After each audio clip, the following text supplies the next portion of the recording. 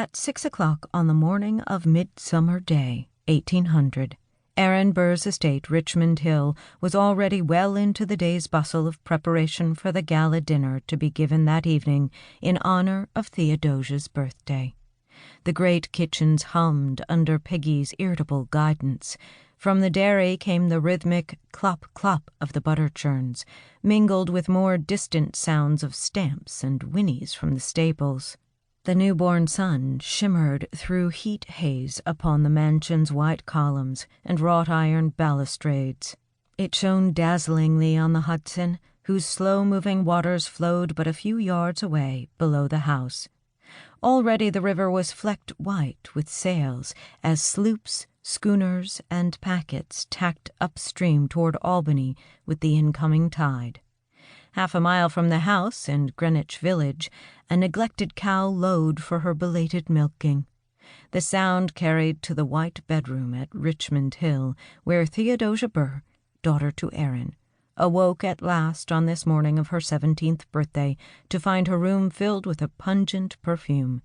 She sniffed with sleepy pleasure and lay quiet on her big bed considering this phenomenon.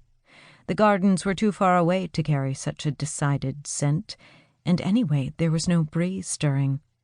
It smelled like roses, she thought, still held in a voluptuous drowsiness. The damask curtains which enclosed her bed were partly looped back, a concession to the warmth of June, so that, without moving, she could watch the brightly blue rectangle of sky through the window beside her. Sunshine glistened on the linen sheet and touched her braids with red fire. It was of a peculiar color, that hair, now dark brown, now chestnut, yet always enriched by an underlying tinge of auburn. "Your hair is the color of port wine, Theo," John Vanderlyn had once told her as he worked on one of the countless sketches of her that her father commissioned. She had thought this very funny then, partly because at 13 all compliments are amusing, if one could call it a compliment, and partly because his heavy Dutch manner and intonation seemed so incongruous. Since then, Vanderlyn had spent 4 years studying in France, and now he was back, having justified her father's faith in him by becoming an accomplished artist. "Gilbert Stuart is all very well if you like that swashbuckling style of portraiture," Aaron had once remarked. "But to my mind, Vanderlyn will develop the greater gift." And so, with one of his characteristic lavish gestures, he had sent the young wagon painter abroad. John Vanderlyn had acquired more arts than that of brush-wielding, Theo thought with detached amusement. Last week, she and her father had gone down to the wharves on South Street to welcome him home. As he disembarked from the stout brig which had battled headwinds for 8 stormy weeks from Le Havre, she had not at first recognized him. Such a beau he had become.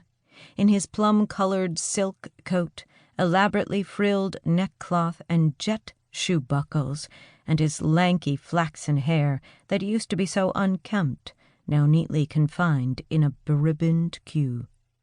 Vanderlyn had kissed her hand with all the grace of a French courtier, of Talleyrand himself, murmuring, "Ah, glorious Theo, mais vous êtes vraiment éblouissante, more beautiful than any of the lovely ladies I have seen in France," with just that blend of boldness and gallantry which signalized a man of the world.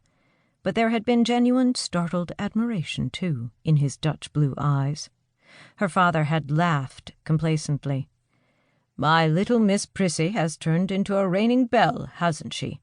I trust it won't addle her giddy head, or all my theories for bringing up females may go for naught." Theo had looked up at her father to meet his half-serious, half-teasing gaze. She had made a saucy face at him, and the anxious shadow faded from his darkly brilliant eyes. They understood each other well. Aaron's love and pride sustained her like a great warm river, all-pervading, irresistible. Her being floated on it joyously. And if sometimes the stream turned cold and turbulent, if sometimes his constant concern for her welfare or her intellectual